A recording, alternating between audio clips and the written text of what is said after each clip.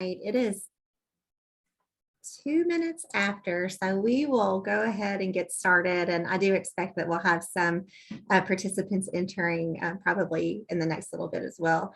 But good morning and welcome to the, the December RIAC Learning Series. My name is Vanessa Brewer and I am the Regional Interagency Council Program Administrator. And my co-host is Lee Taylor and she is the State Interagency Council Program Administrator, and we both work at the Department for Behavioral Health, Developmental and Intellectual Disabilities. If you've not attended before, I'd like to provide a snapshot of how the RIAC Learning Series was created. The development of the learning series was in response to evaluation input that we received from participants that attended a RIAC workshop last winter.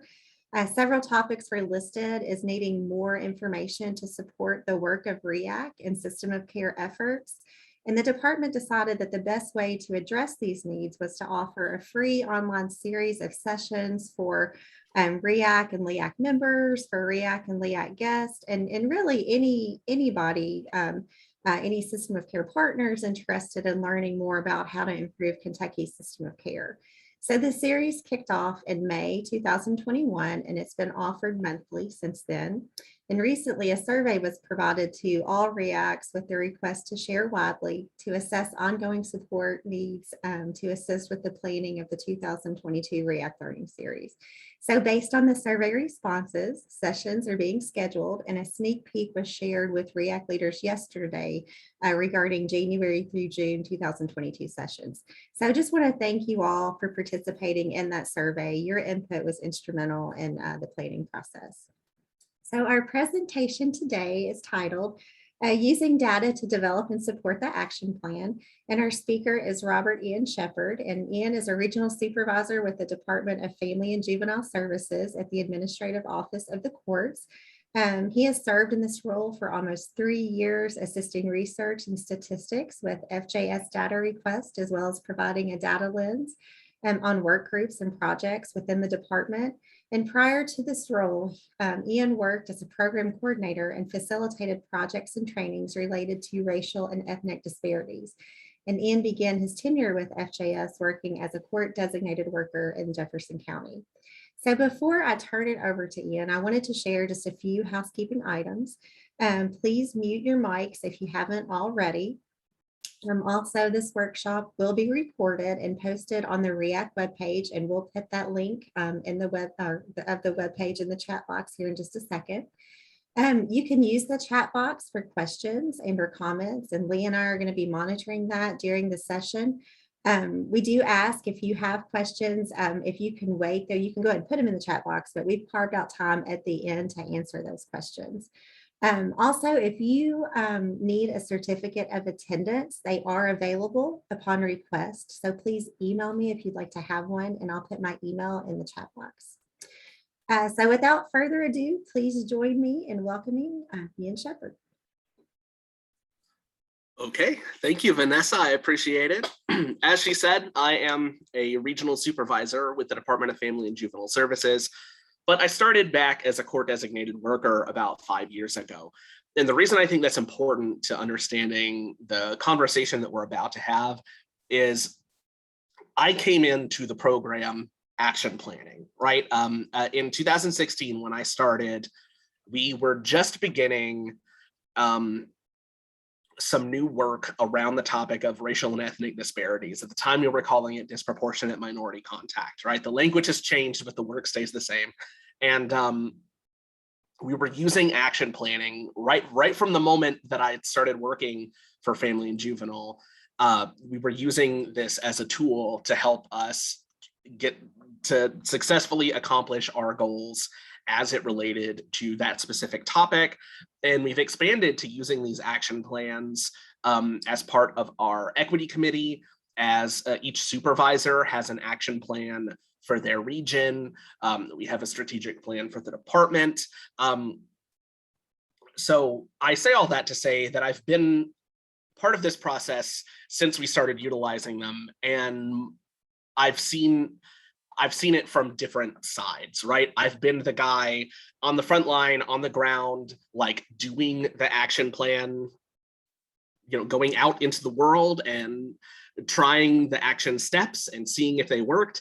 And now I've kind of flipped to the other side where I'm evaluating and analyzing whether or not these plans have been successful. So I've seen them from both sides and have some practical experience in implementing them, in understanding how to use data to make them as effective as possible.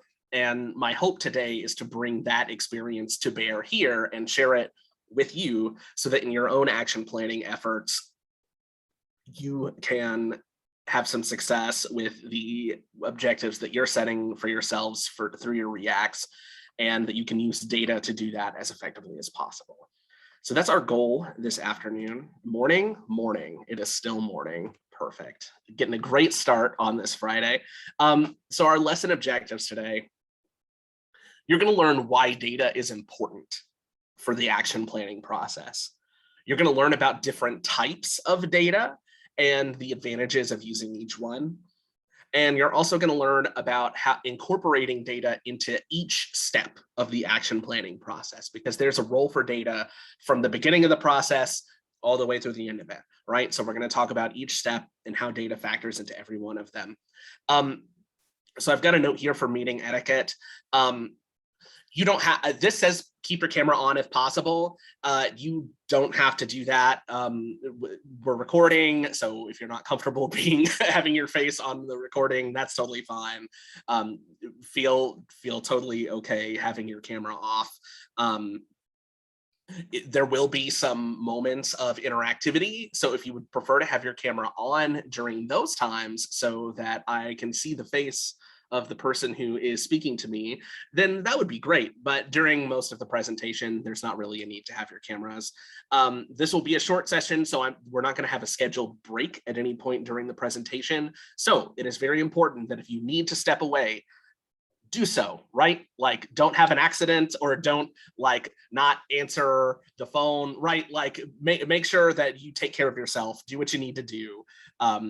You are not obligated to stay locked into this seat for the next hour. Feel free to take a break if you need to. If you need to snack, please do that, right? Don't feel bad. Have your camera off, even if your camera's on, whatever, eat. We all need to do that. That's part of being a person. So, feel free to snack, have a drink. I'm going to have one to try to keep myself from coughing this whole presentation. And if you have questions, you can use the chat box to share those questions. And we're going to have like a discussion period at the end to really dig into any questions that people have, and to have a conversation about the material that's shared today. So with all that in mind, let's get started by talking about data, action plans, and you. I won't do this whole bit the whole time, but I felt it was appropriate for that particular title. So what do we mean when we say data, right? We're going to start from the very beginning, from the bare basics. And we're going to start with the dictionary, right? The dictionary definition of data: facts and statistics collected together for reference or analysis. So in layman's terms, data is just information, right? What makes it valuable is the application of the information, right? You're using this information to tell you things about whether the work that you're doing is effective, about whether about what the most important thing for you to target in your work is. And we're going to dig into that stuff in more detail. Now, data takes a lot of forms, and that means that every agency or organization has data. And yes, that means you too. Even if you think that your data is weaker than the data that other organizations have, or it's not as robust, or you don't have as good of a tool for aggregating it, right? You still have some kind of data available to you, and we'll talk about different ways to use it as we go through today's presentation. So what different forms can data take? There's all kinds, right? If your client submits an application form to be part of your program, that is data, right? You have data on that application form. If you survey your staff about a training that they've participated in, or about what they feel about the work that you're doing, that survey has data on it, right? If you have an online questionnaire that people can go to on your website and answer questions about your organization, you have data in the responses to that questionnaire, right? If you have an electronic case management system, there's a whole lot of data in that, right? All kinds of things, sign-in sheets for programs, interviews, live interviews with participants in a program, evaluations after a training or a presentation, or you can even use data that's been compiled by other people, right? Or other organizations collect their data into research reports that, with permission and with proper citation, you can reference in your own work. I know we do that a lot at Family and Juvenile Services. Anytime you hear us talk about population data, we don't collect that, right? That comes from the census, that comes from the Annie E. Casey Foundation. We use that with permission and we cite them in our work. So you've got data in your own organization, you've got data outside of your organization, and it takes a lot of different forms and looks like a lot of different things. And all of it is available for your use, right? And we can classify this data broadly into two different types, right? So there's quantitative data, and that's probably the thing that you think of when you think about data, right? You're thinking about numbers, right? Numerical data. How many people participated in an event, the percent of a group that's made up of a specific race or ethnicity, the median number of days spent in a program, right? These are all examples of quantitative data, right? It's something that you can measure. Qualitative data is not measurable by default, but it still has valuable information. You can think of qualitative data as context, right? This is like a verbal response to an interview question, a paragraph of text submitted on an evaluation, a case note from your case management system, right? These are all examples of qualitative data. It's information that you can't necessarily put down as a number, but that still gives you knowledge that you can use to maybe put your numbers in context in a meaningful way. Or we're going to talk a little bit later about some potential methods for making qualitative data into quantitative data. So what's this look like, right? How do these two things talk to each other? What do we see when we're seeing the interaction between quantitative and qualitative? This is an example from Family and Juvenile Services. Each year we do what's called a racial equity assessment. And the purpose of this assessment is to gauge the current mindset of our staff, their current understanding of issues surrounding racial and ethnic disparities. And so we ask them a series of questions about their knowledge of different topics, their knowledge around the racialized outcomes that our clients are experiencing. And we also ask them for comments in response to many of the questions that are included on the survey. So on the left side here, you have an example of the quantitative data, right? The question was, do your coworkers and other people in Family and Juvenile Services exhibit cultural competence in interactions with diverse groups? And then people could answer yes or no. And as you can see from this chart, the vast majority answered yes, right? Everyone feels like their coworkers are culturally competent. Yay, good stuff, right? Now we put that in context with the qualitative information on the right side here, right? Because that takes this perspective. Yes, everybody believes that their coworkers are competent, and it tells us what that looks like, right? What do people actually have to say? And so some samples from those comments, all youth are treated equally, regardless of race, religion, cultural beliefs, sex, or abilities, right? So that's why someone felt they could answer yes to this question. Acknowledging cultural beliefs, values, and behaviors, we're open to new ideas, sensitive to differences in cultures, right? That's another reason someone felt they could say yes to this. If someone comes to a meeting and speaks a different language, we make sure to provide an interpreter, right? That's another reason why somebody felt confident saying yes to this question, right? So the qualitative here puts the quantitative in context, and we see why people are answering the way that they are. And these two bits of information together are more meaningful or more interesting than they might have been either one just by themselves, right? Each one supports the other. So we have an idea of what data is, but why is it important, right? Why does data matter? And the simple answer is data helps you answer your questions, right? If you have questions about who's participating in your program, how successful a new training that you just implemented is, where are the majority of your clients located? What are the future staffing goals for your agency, right? These questions and plenty more that I couldn't just put on a list are all examples of things that you can answer with data. It's information that helps you to make decisions, right? And that's why it's important. So how does that apply to action planning then? Data is important throughout the action planning process, right? It can help you identify your area of focus. You understand where your organization is struggling, or you can verify the existence of problems that you would like to address, right? You can use your data to set goals. When you set a measurable goal, you can easily determine whether or not that goal has been met. You're going to hear me say a few times through this presentation, if you can't measure the problem, you can't measure the solution, right? Data is important for that reason. If you can't verify that a problem exists, you don't know that you fixed it. So data is very important for that reason.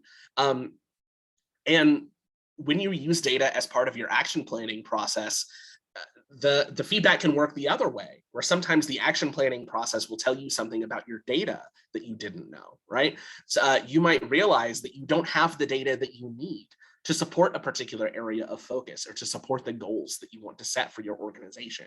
And that's an opportunity to explore how to expand your data capabilities for future projects, right? Because of my role as the data supervisor for family and juvenile services, I'm also the leader of the data subcommittee of our equity committee. It's a very natural fit. I already know everything that's going on in the department about data, so why not be in charge of the data subcommittee, right? That just makes sense. And we, every year, have goals on our strategic plan for new data that we want to capture that we haven't been capturing before, right? Because some nuance of some project that we've been working on, some action plan that we've been implementing, lets us know, actually, we can't answer this question with what we currently have. So we need to capture something new in order to get to the answer, right? A good example from recent times has been with youthful offender data. When a child is referred as a youthful offender, in case there's anybody not familiar enough with the juvenile justice process, when a child's referred as a youthful offender to the court system, that means they can be charged as an adult, right? They're being tried as an adult in court instead of as a child. And there's criteria that determines whether or not a child can be referred as a youthful offender. We know when a child meets one of the criteria. What we don't collect is which one of the criteria that they meet. So this can hold us back when we're trying to report on, okay, what's driving this youthful offender problem, right? Like if the number of them goes up, right? If there are more than there used to be, why is that happening? I don't know. We can't say because we don't know, right? We're not capturing the reason. And so that shows us a place where we have an opportunity to expand our data capabilities, right? So this is an example where using data and your action planning together doesn't just help your action plan, but it also helps the quality of your data, right? It shows you places where your data needs to be strengthened, where your data needs to be expanded, and they work together both ways, right? Ideally, you should be using data at every step of the action planning process, right? When you identify an area of concern and come up with a potential solution, you're using data to accomplish that, right? You're using data to verify that the concern is legitimate and serious, and you're using it to verify whether or not your solution was effective. When you set measurable goals to guide your work, you're using data to make sure that the goals have been accomplished. And we'll talk a bit more about what it means for a goal to be measurable in just a bit. And finally, when you're evaluating your outcomes and making decisions based on the information from your evaluation, you need data to do that, because you can't evaluate whether or not a program that you implemented or a policy that you changed has been successful in accomplishing its goal if you're not using data to measure it, right? So from the beginning to the end, all around the circle, data is involved in the process of action planning. It's just information you can use to inform your decisions, right? It comes from lots of places, whether you've got forms, surveys, interviews, an electronic system. There are all sorts of ways for you to collect data within your organization. There are two broad types, quantitative and qualitative. They inform each other and put each other in context. And when you use data throughout the action planning process, it makes your action plan more effective, right? So that's the pitch, right? That's the idea of why data and action planning makes such an effective pair. So what we're going to do next is do a deep dive into the data side of this equation. And then after that, we'll do a deep dive into the action plan side of the equation, right? So let's talk for a bit about data types. And specifically, we're going to start by talking about what we call contact points. Now, contact point is a really buzzword kind of term, right? All it means is it's a step in your process where people can have different outcomes, right? So examples of contact points would be if somebody applies for your program, is that person accepted or rejected, right? That's a contact point because one client can be accepted, one can be rejected. There's two different outcomes, right? When somebody is done with your program, were they considered to be successful or unsuccessful, right? That's a contact point. There's different diverging outcomes for each participant. Sometimes there might be opportunities inside of your program that not everybody gets to participate in, and measuring that can be a contact point, right? It's somewhere where one person has an opportunities that another person doesn't, and you can measure that, right? These are ideal starting places when looking at your data, because understanding your contact points gives you a broad overview of the program, right? So Family and Juvenile Services doesn't just do juvenile justice work, but we also through the Citizens Foster Care Review Board, we're also involved in the child welfare side of the system, right? And so a contact point for us might look like when a child achieves permanency, right? When they leave state's care and they find a permanent home, what does that permanent home look like, right? Are they reunified with the family that they came from in the first place? Are they adopted by a new family? Did they unfortunately stay in the system the whole time and now they've become emancipated, they've become an adult while in state's care? There's different options for, maybe they're placed with a relative instead of being adopted by somebody from outside of the family. There's all these different outcomes, and that's an important contact point for us to understand how the child welfare program is impacting the kids who come through it, right? So that's an example of what a contact point might look like. If you're looking at your program and you're thinking about contact points and you're not sure which one to start with, my recommendation is to start with the first one, right? Start at the beginning. What is the front door of your program, right? To keep with the CFCRB example, when a child enters the child welfare program by being removed from the home, that's when the CFCRB is engaged, right? That's when our process starts. And so that's our front door, right? So when a child is removed from the home, and we can ask all kinds of questions about what that group of kids looks like. And just that can give us so much information, right? Just breaking that down by race and ethnicity, for example, and seeing if the racial breakdown of kids who are being put in state's care is consistent with the racial breakdown of the county or with the whole state, that can tell us a lot about what's going on with child welfare, right? Just that. We could break it down by gender, right? And see what's going on if this phenomenon is taking place more with young boys or young girls, right? Age can be very telling, right? That's very important when we're looking at kids being removed from the home. How old are they? And that age can also be very important in looking at adoption numbers, right? Because I don't think it would be a surprise to anybody in this space to say that age is a factor that we see influencing whether or not a child ultimately ends up being adopted, right?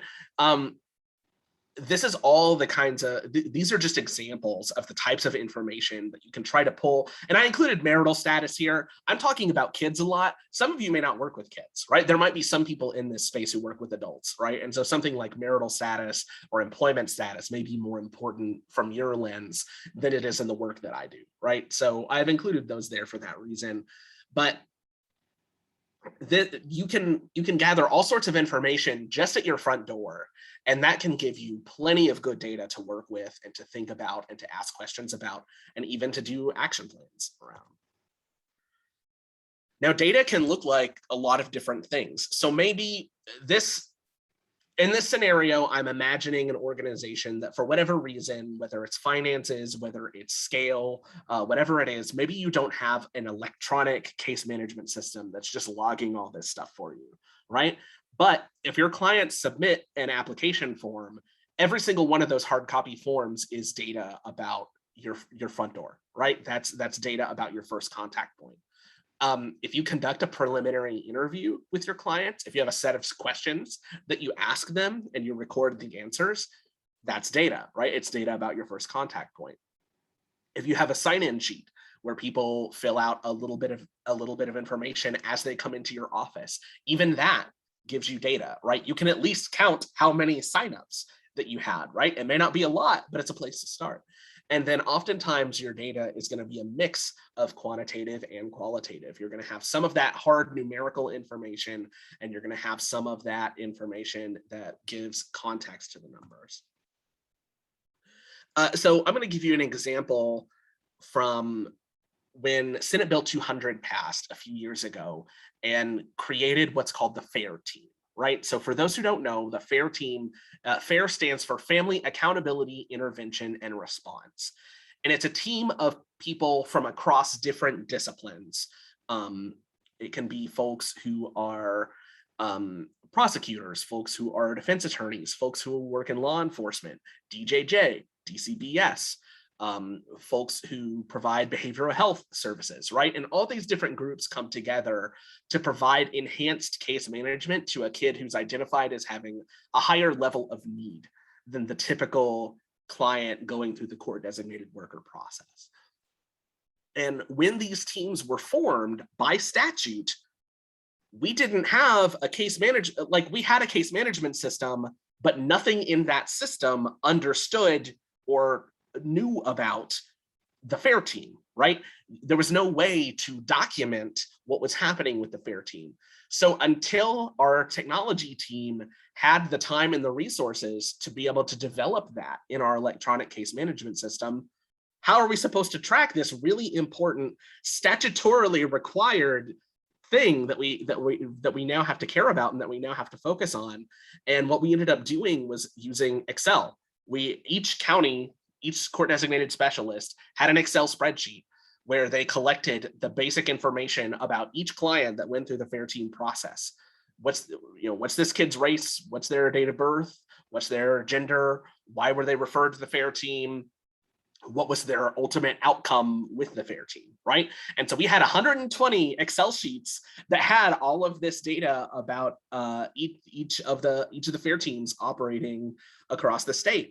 And finally, when the day came where we said, okay, the case management system is now ready to take this information in, we had to compile all those Excel sheets into one big master document that the tech wizards in the back could then incorporate, put it through SQL to make the Excel sheet and the case management system talk to each other and get that data all in one place, right? So you won't always be using the same solution for every data need that you have, right? And sometimes you'll have temporary measures that you use to hold down the fort until you can build more sustainable permanent measures for tracking a particular type of data.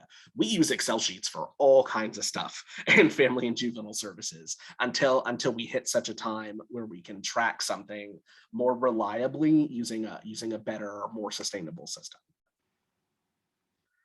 Another example of ways that we track data or ways that we utilize data is we have a pretty regular process of assembling short-term work groups to address some kind of specific issue that has suddenly become very prevalent, right? The example that we're using here is filings of beyond control of parent, right? So a parent comes in, says, I no longer know what to do with my child.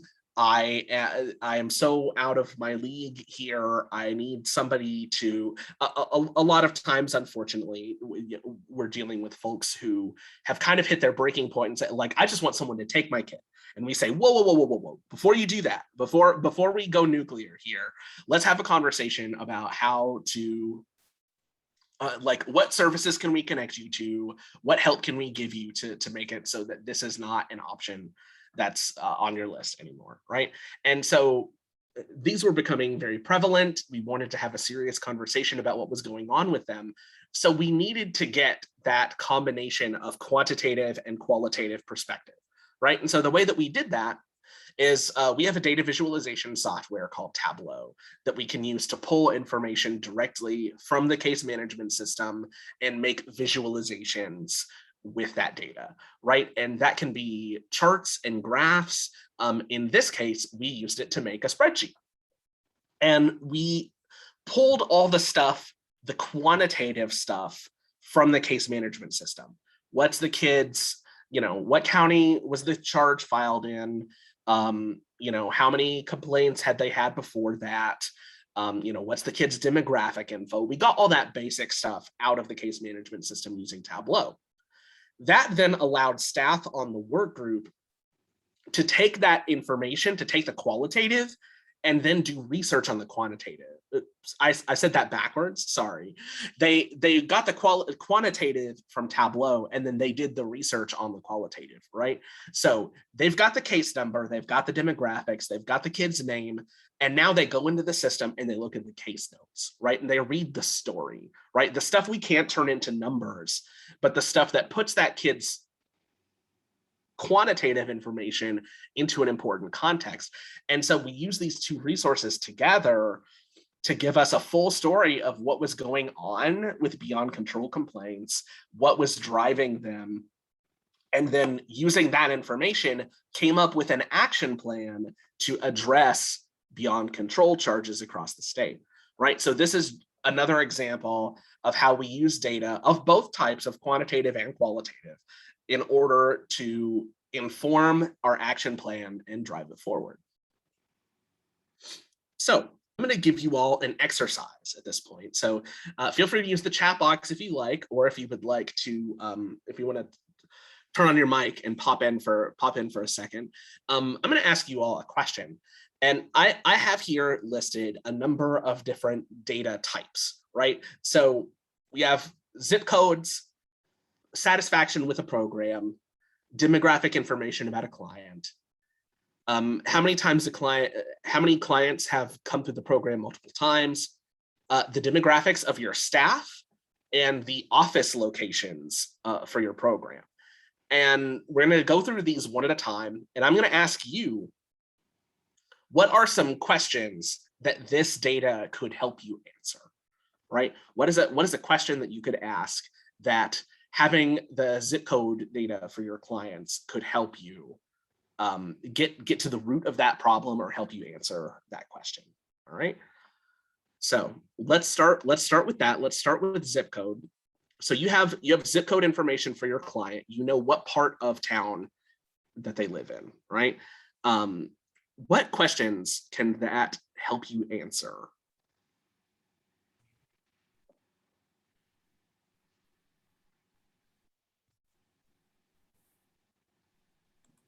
For me, if I'm working with youth, I could say how many youth between the ages of 0 and 17 live in the zip code of 40204.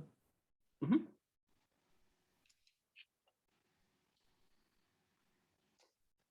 Absolutely. That's a good example. I'm seeing a couple in chat too. For some zip codes, knowing the zip code is going to tell you what school that child is at, right? So if you don't have their school information, just knowing the zip code gives you a school or a small list of schools that you can kind of narrow them down to. So that's a good example, Kathy. Is a type of child abuse more prevalent in a particular area? That's another great example, Jennifer, is you can kind of narrow down, you can use that to help narrow down the types of abuse cases that you're dealing with. Alka, which area has more crime and our target areas to know where to focus on? Yeah, so seeing that more complaints are coming from a particular zip code, you can focus in on that. These are all great examples of how to use zip codes effectively. What about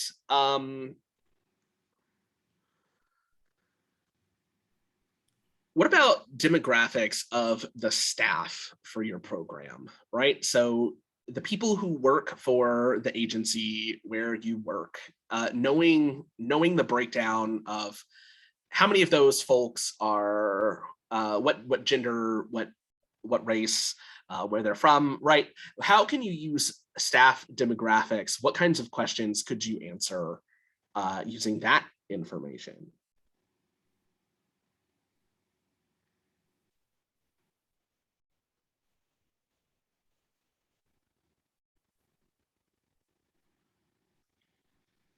Well, you could see if your staff is comparable to the community in terms of the demographic breakdown.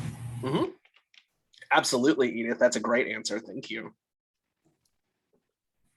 Also from Alka, help with specific youth, especially LGBTQ+, more likely to be open with a staff that is LGBTQ. Absolutely. So when you're making sure that your staff are consistent with the demographics of the clientele that you're working with, that's a great example of how we would use that information. Let's do one more. Let's do program satisfaction, right? So a client finishes working with your program and they complete a survey telling you how satisfied they are. I'm also getting some more answers to the previous question, so I do want to call those out. Kathy says young people might connect better with other young people. That's a great example. Or if you have an older client who maybe needs to speak to somebody within their own generation, that could be effective as well. Allison says you can see how age varies in response to the data, which age group is more or less impacted by the data. Absolutely, those are all great examples. So for our last one, let's talk about program satisfaction, right? So I have surveys telling me how satisfied my previous clients are with their experience in the program. What can that data tell me? What kind of questions can I answer with information on program satisfaction?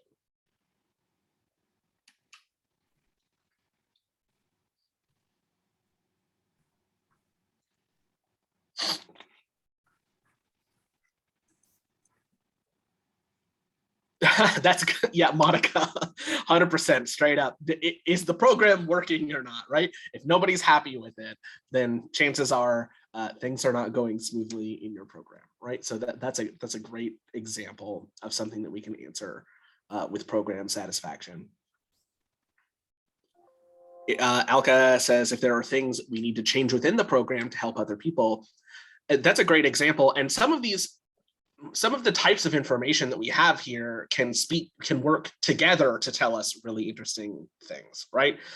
If we combine, for example, program satisfaction with client demographics, right, we can see if our program is working better for a particular type of client compared to other clients, and see if we need to reevaluate, what are we doing that's not helping us to reach women, right? Like men are happy with our program, but the women coming through don't feel comfortable or don't feel satisfied or don't feel like the program is effective. What can we do to better serve that population, right?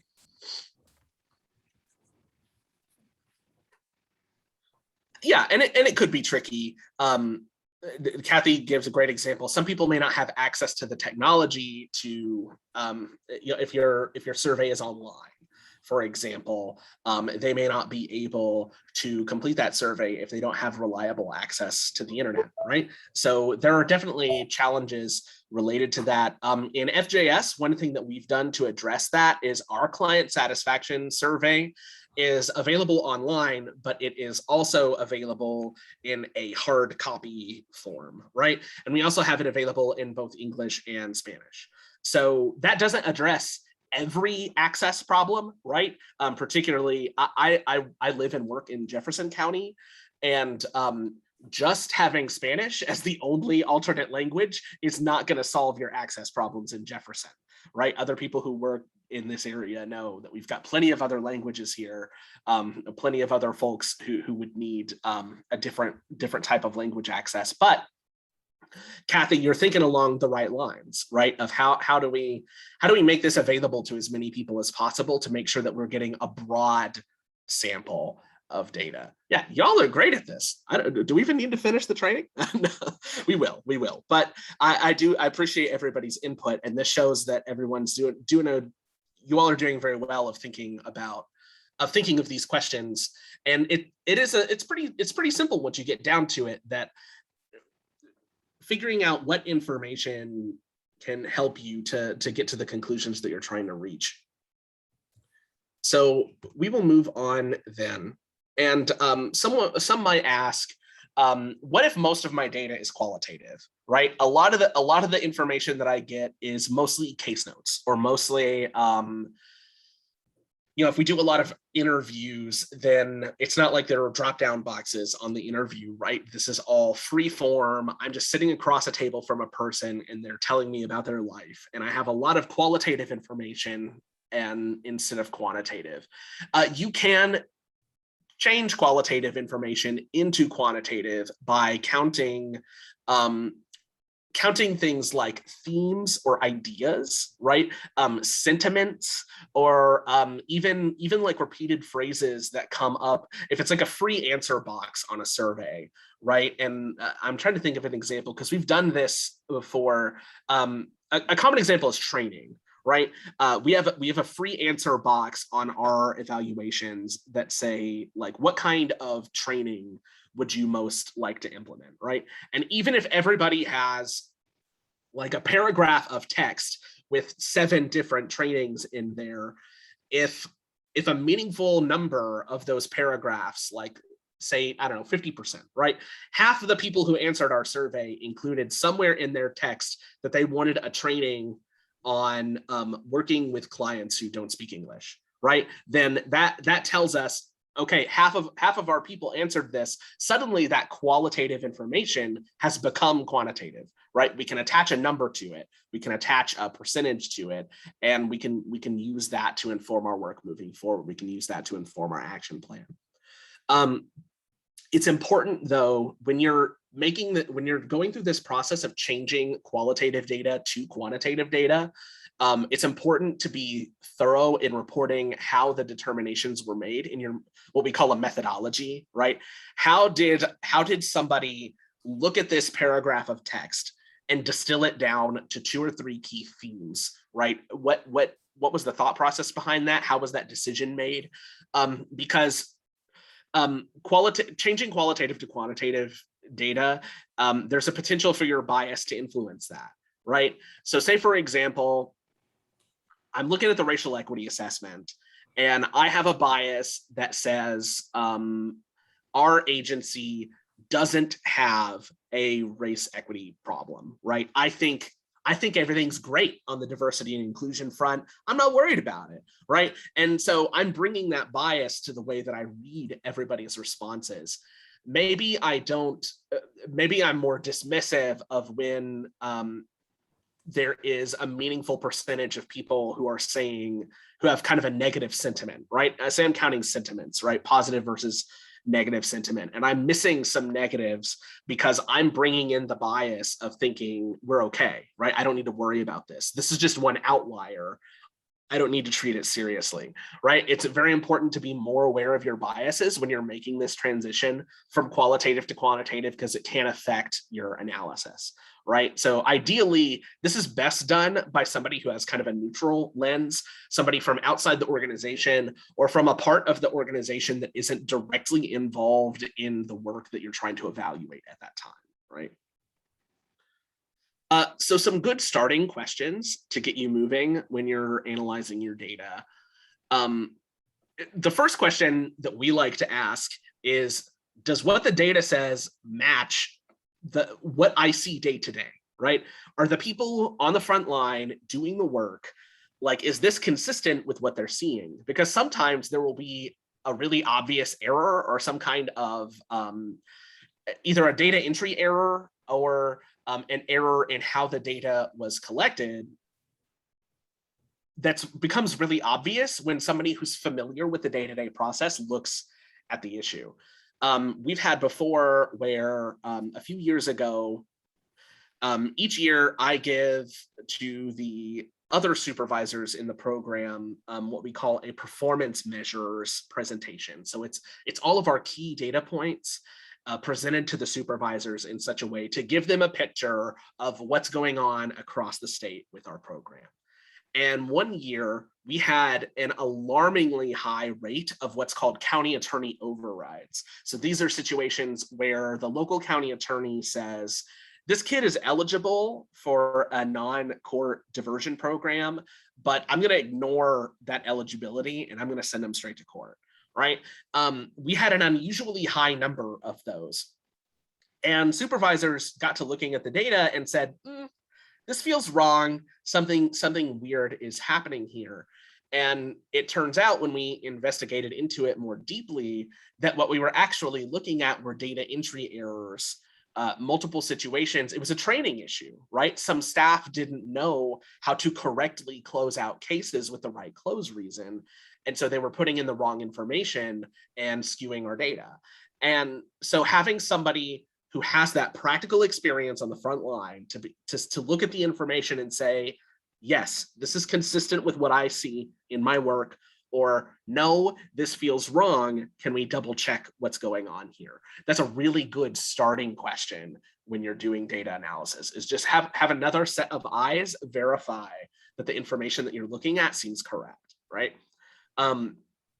What value in our data would we like to see improve? It's a good second question, right? So you know the basics, right? You know your baseline. Where do you want to see that baseline move, right? So some examples here, a ratio of staff to clients, right? Maybe your caseloads are too large, right? And so can we move some resources around? Is there anything that we can do to change the ratio of how many staff are working with a specific number of clients, right?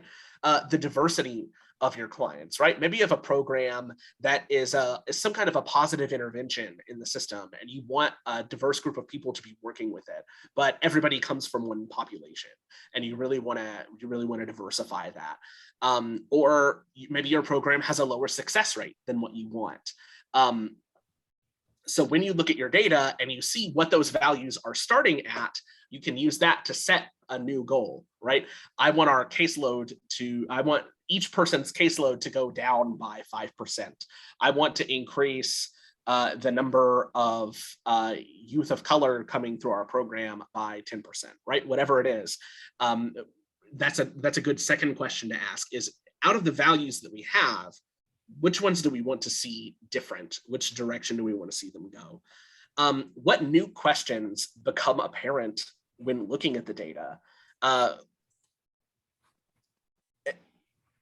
I've been doing this long enough that I've seen that most of the time when people come to myself or to the research and statistics department at our agency and they have a question about data and we give them the report, that first report is very rarely like where the conversation stops, right? There's almost always follow-up questions, new questions that emerge from having your initial set of questions answered, right? So what new questions become apparent when looking at your data?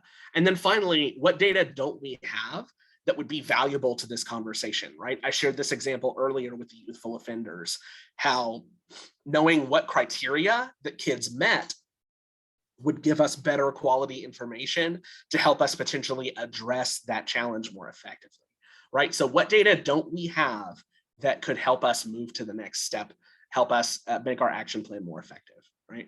So in summary, when you're working with data, you want to focus on contact points, the place in your process where two paths could diverge, right? Where two clients could have different outcomes. The first step of your program is always a good first step to start analyzing. Remember that your data can come from a lot of sources, and those sources can be qualitative and quantitative, and those things inform each other and make each other better.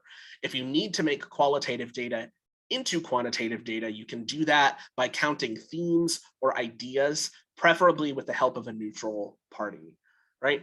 Consider what questions your data does and doesn't answer, and when you're thinking about your unanswered questions, what data do you need in order to get to those answers? All right, and that brings us to section 3, where now that we have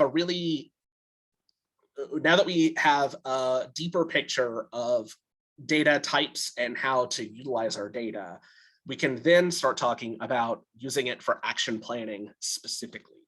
And now, fortunately, the RIAC has a defined action plan, right?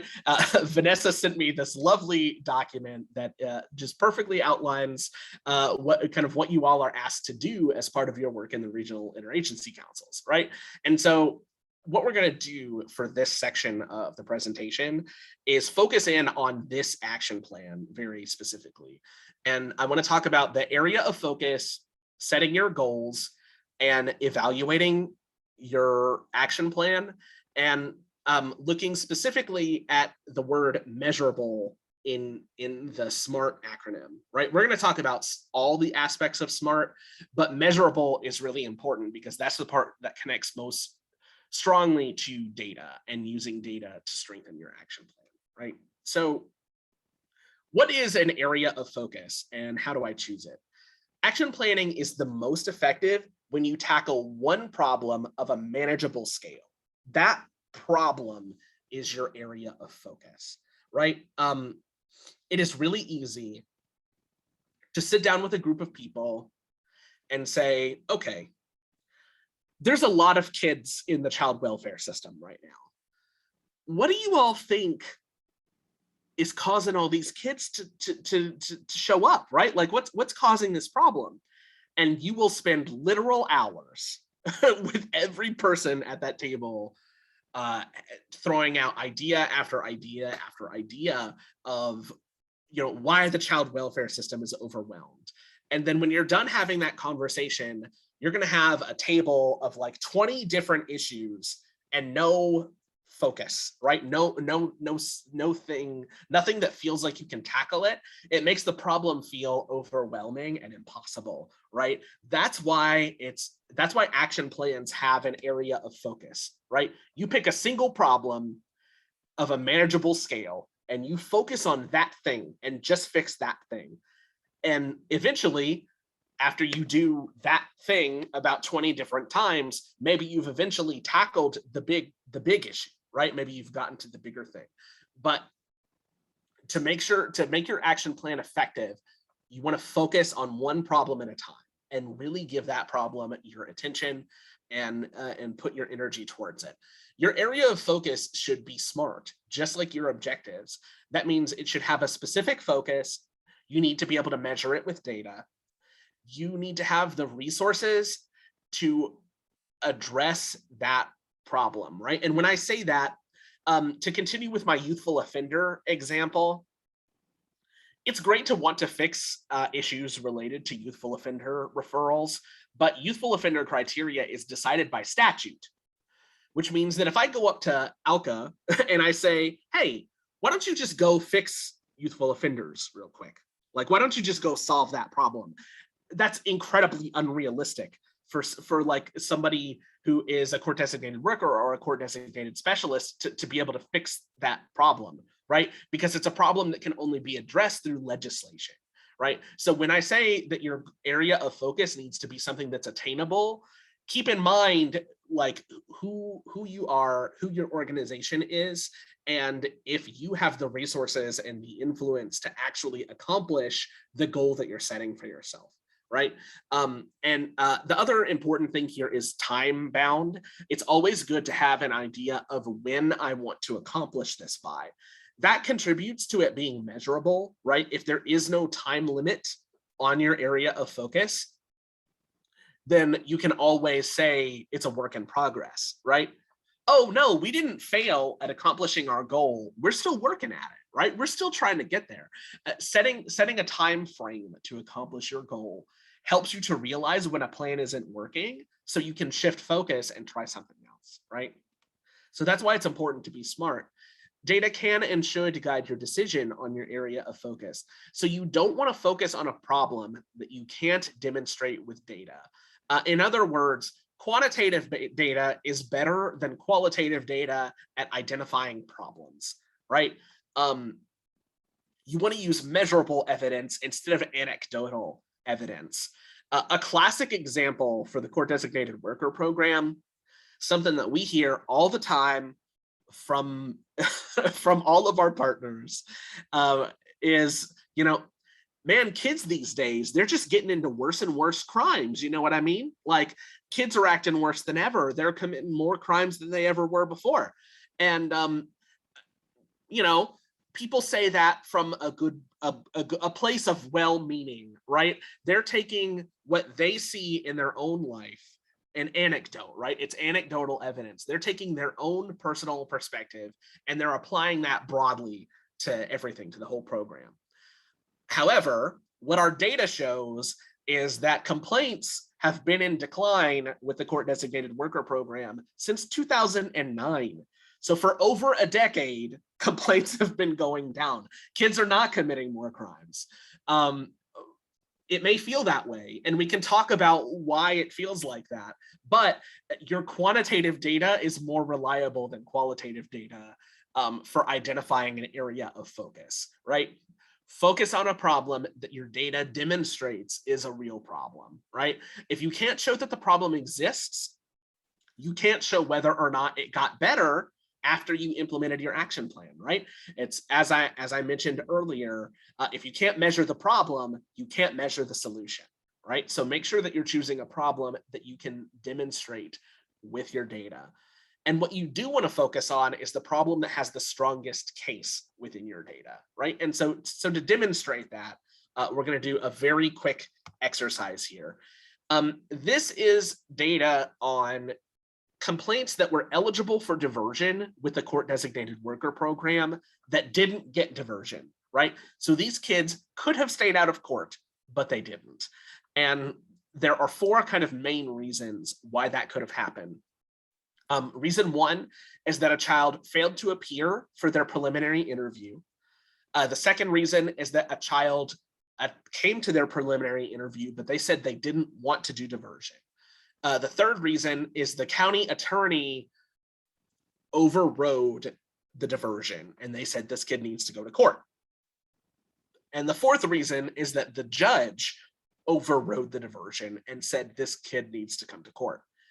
Now, based on this chart and based on this data, which of these four potential reasons that a kid didn't receive a diversion do you think is the most important to tackle? Right? Which is the most urgent? Which one has the strongest case based on the data?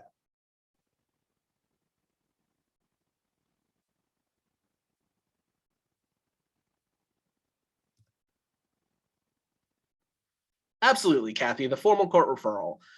So we have two kinds, right? We have the one by the county attorney and the one by the judge. Which do you think we should focus on first, right? If we're deciding our area of focus for the action plan, should we focus on our county attorney overrides or our judicial overrides? By the attorney, absolutely. Thank you, Kathy, for your interaction. Yeah, absolutely. We have the strongest support in our data for the county attorney having the biggest influence on these kids who aren't receiving diversion. In fact, when we look at the percentages, that makes up almost half of the kids who didn't receive a diversion were just for that one reason. If we tackle that one reason and we address it really effectively, we could address the problem of kids not receiving diversion by as much as 50%, right? And so that's a strong example of focusing on where your data says you have the strongest case, right? Where you have the most urgent need. So thank you all for your interaction on that. And I apologize, I've got somebody weed eating just outside of my apartment. Hopefully you all can't hear that, but I will try to compensate with my voice here. So your data should define the goal. If your goal is measurable, you can objectively verify that the goal has been accomplished, right? So what are some examples of measurable goals, right? I've got a couple examples here. We will develop 3 new programs for our clients to engage with, right? You can count when you have 3 programs, right? If you only develop 2 programs, you know that you didn't meet your goal because you don't have 3 programs, right? It's measurable, right? You can verify with a simple yes or no whether or not that goal was accomplished. We will increase our number of LGBTQ clients served by 5%. If you don't have a 5% increase in clients from that population, then you know you didn't meet the goal, right? These are measurable. You can verify whether or not they've been accomplished. And keep in mind that the goal needs to be attainable. You don't want to set yourself up for failure by setting a goal that's beyond your scale and resources. Now, I want to talk about attainability just a little bit more, because sometimes an unattainable goal is still an important goal, right? For example, we want to eliminate racial and ethnic disparities in the child welfare system. Now, just saying that out loud, all the factors that contribute to that, all the systems that make that problem persistent, that feels like an impossible goal to accomplish, right? But we also don't want to just say, well, we're never going to fix this, right? So we shouldn't try, right? That's not the perspective that you want to take with these big, seemingly unattainable goals. So instead of giving up on them, you break them down into sub goals, right? You eat the elephant one bite at a time, as the popular phrase goes, right? If a goal feels unattainable, but you want to pursue it, break it down and work your way to the big problem, right? So for Family and Juvenile Services, one of our first steps to addressing racial and ethnic disparities was conducting our equity assessment, right? We looked at some data from that assessment earlier. We've talked about it a couple times throughout this presentation. That gave us a starting point to see where staff were, how much understanding that they had about the problem, and it gave us a next step, right? We need to train people to understand these concepts better so they can bring it into their work, right? And that first step led to a second step, which leads to a third step, right?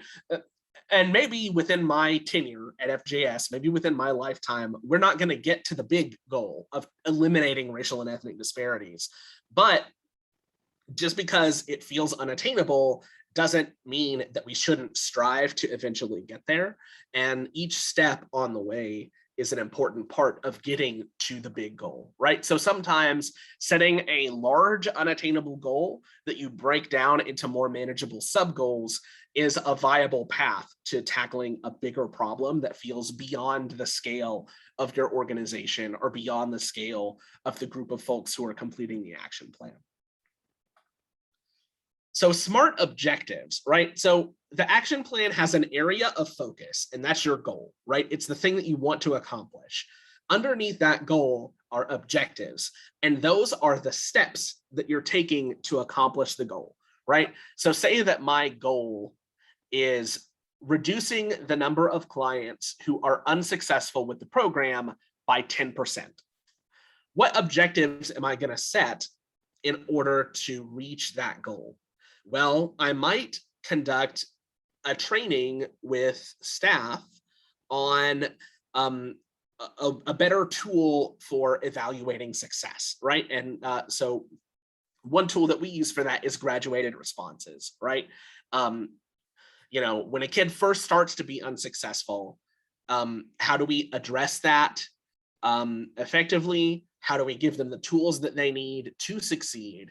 And how do we track that effectively, right? So we provide that training. And then after everybody's been trained, we implement a policy requiring them to document their use of the skills that they learned in the training, right? So these objectives are directly tied to the goal that we set, and we can measure whether or not they were accomplished, right? Did a training happen? Yes or no? That's measurable, right? Was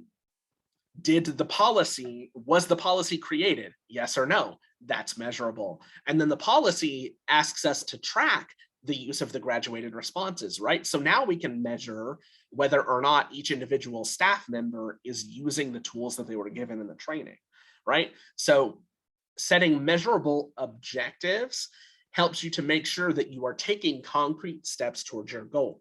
It's not a guarantee that the objectives, just because you accomplish your objectives doesn't mean you will meet your goal, right? Because your objectives, it may turn out that your plan just isn't going to be the plan that solves this problem, and that's okay, but we need to know how to address that, right?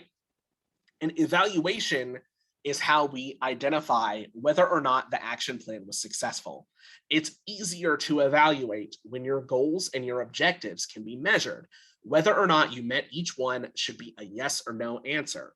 When you start with data, evaluation is simpler because data has defined your whole approach from start to finish. Now, there is a best way to do an evaluation, right? And that ultimately, in an ideal world, you're doing a double-blind controlled trial with a neutral third party. But the thing is, that costs money. And I don't know about you all, but we tend not to have money just laying around that we can throw at a bunch of evaluations for all of our action plans, right? Now, this is something, if you're interested in doing an evaluation on that scale, working with a university or something to do an evaluation of a program, that's one potential application of grant money, right? So if you get a grant for starting a specific program, right? Like my organization gets a grant to start a program for helping youth with limited English proficiency, right?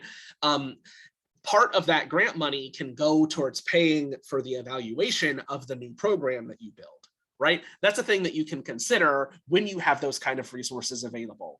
But what do you do when you don't have those kind of resources available, right? How do you evaluate when double-blind controlled trial is not on the table, right? And the most important thing is don't wait.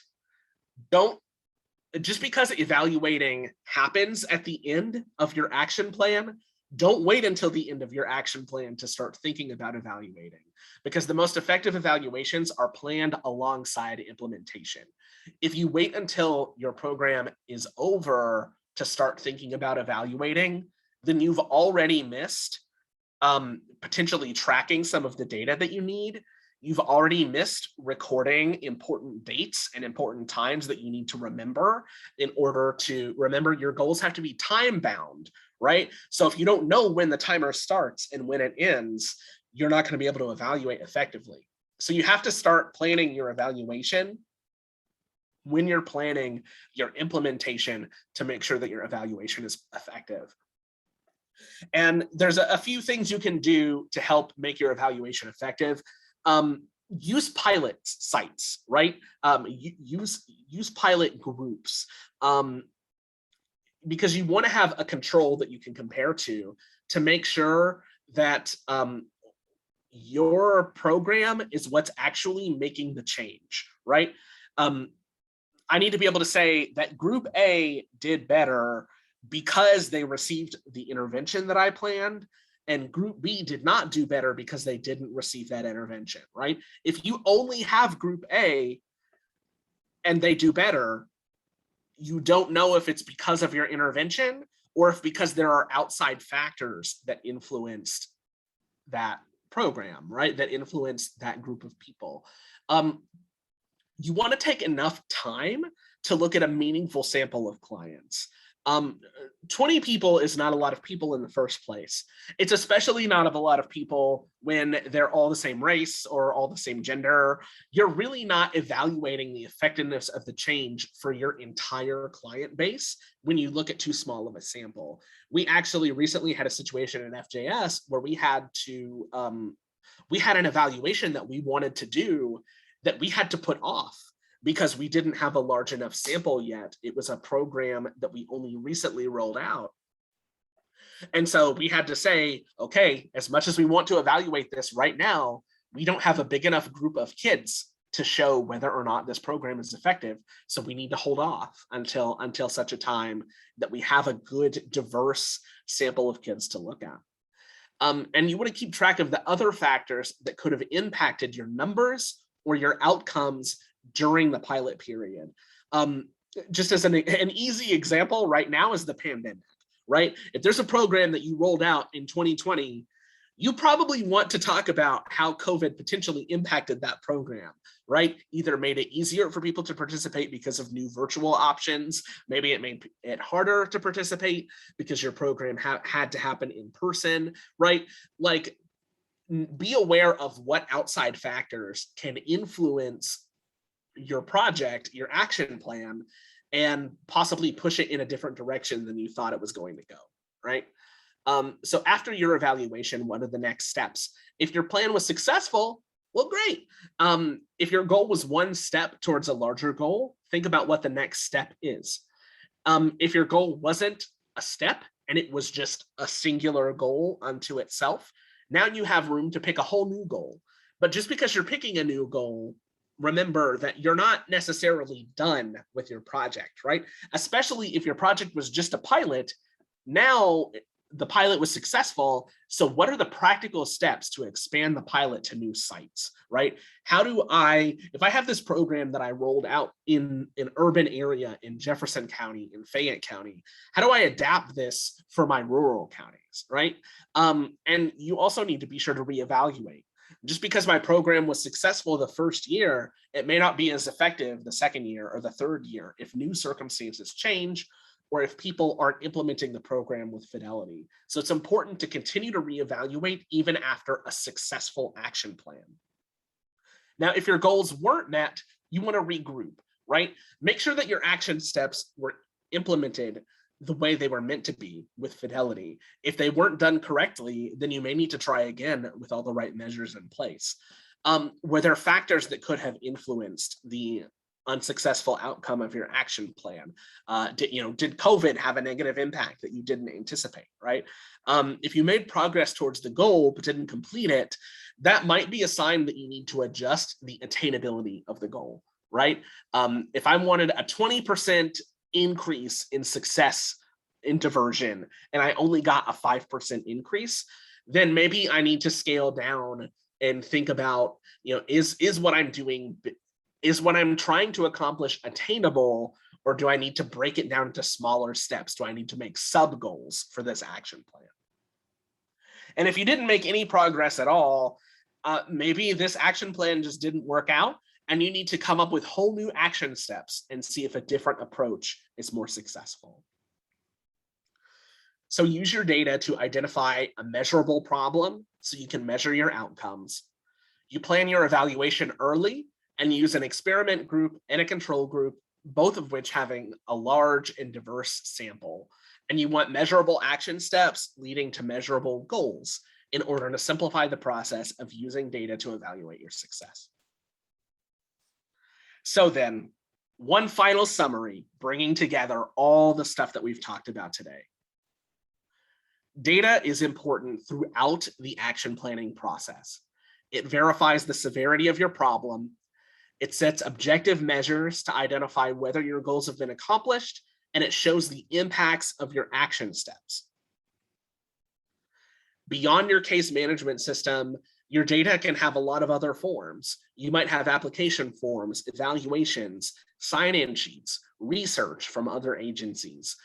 Qualitative and quantitative data both have applications, and you can use them to inform each other and to give you a better quality of information. Your action plan needs to start and end with data. When you start making your goals, decide how you're going to evaluate the goals. Use data to tackle a measurable problem and set a measurable goal that you hope to achieve with your action steps. Each action step also needs to be measurable to verify that they occurred and to make it easier to maintain fidelity. when other programs potentially utilize the same action plan that you have. And when you evaluate, your data is going to tell you whether you met your goal or if you need to make adjustments to get the results that you're looking for. And that, folks, is using data to action plan. At this point, I took a little longer than I expected, but we have about 15 minutes left where if folks have questions, you can chime in, let me know what you're thinking. Feel free to use the chat or come onto the mic. I'm curious what your thoughts are.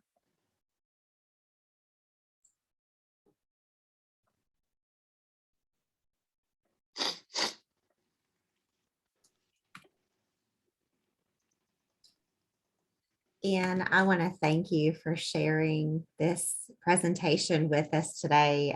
I've got like 3 pages of notes that I've taken while you've been talking. And some of the things that I want to highlight that you said that are very relevant, to the work that we do. I love how you talked about, breaking down the big goal to sub goals to address, one thing at a time. I think the work that we do in RIACs and the different agencies that are sitting around the table, some of the issues and the challenges that we see that are brought to the table are huge. And, a lot of times in RIAC, we have the conversation about how we do want to make sure that that we have the means and the resources and the data to be able to address those issues. We want to make sure that we can impact them with what we have the ability to do. But with what you said about breaking down the bigger goal to smaller goals and doing it one piece at a time rather than dismissing it. So we're not setting ourselves up for failure by trying to tackle this huge thing. And we're not dismissing it because it feels like it's unattainable, but really just breaking it down. And so I think that is very relevant to the work that we do. And I think that it's definitely an opportunity for growth that we have within the work that we do.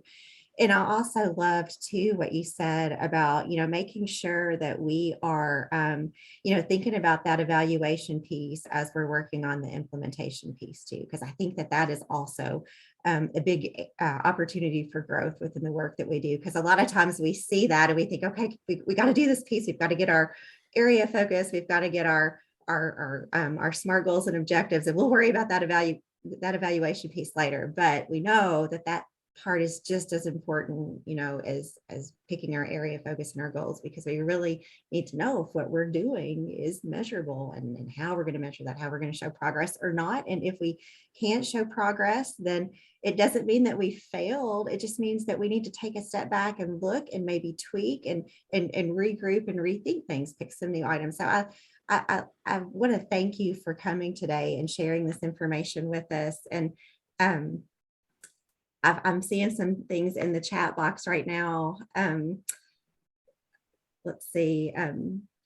Kathy said, you made this seem so easy, and that's saying a lot for a person that is not always a lover of data. I can say that just working with the RIACs across the state, we have a lot of people that are not lovers of data. So this is something that even though we've been talking about for a while, it's definitely taken a while to get this piece implemented into the action plan. Allison said she didn't have any questions, but she just wanted to say thank you and that you are a wonderful speaker and she truly enjoyed learning from you. And Monica says great info and she plans to use this info in her RIAC. And I love to hear that, Monica. Thank you so much. And then Carrie says, thank you. It did help me understand the process a bit better because data is hard for her. And so I'm going to quit talking for a second and open the floor back up to see if anybody else has questions or comments. Absolutely. And I appreciate thank you all for your kind comments to me. It's always good to hear. It's always nice to hear, that folks felt like it was a positive learning experience and that the information was useful. So thank you all. It's been a good crowd. And we've got Donnie Ray that says too that he's going to use this training for members. So just wanted to remind everybody that these are archived on the RIAC webpage. I'm also going to put Ian's presentation into the chat box now. I was going to do that earlier and then I forgot, so I'm sorry. And I'm going to ask that Lee sends that out to anybody that signed up for this session as well. So you'll have Ian's PowerPoint presentation if you want to share that with your RIAC members and system of care partners.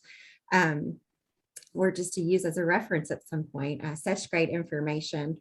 Want to let you know too that our next RIAC Learning Series session is scheduled for January the 7th. The topic is Family First, Prevention Services Act and RIACs and how those two can work together. A flyer was sent out yesterday as kind of like a sneak peek, but it does include the registration information. So if you are interested in going ahead and putting those placeholders on your calendar, you can go ahead and register for any of the sessions January through June. Unless anybody else has any questions or comments, I'm going to go ahead and, like I said, I'm going to put this, oh, let's see, Lee's put the channel or the web page in there. I'm going to put the PowerPoint. Hold on just a second.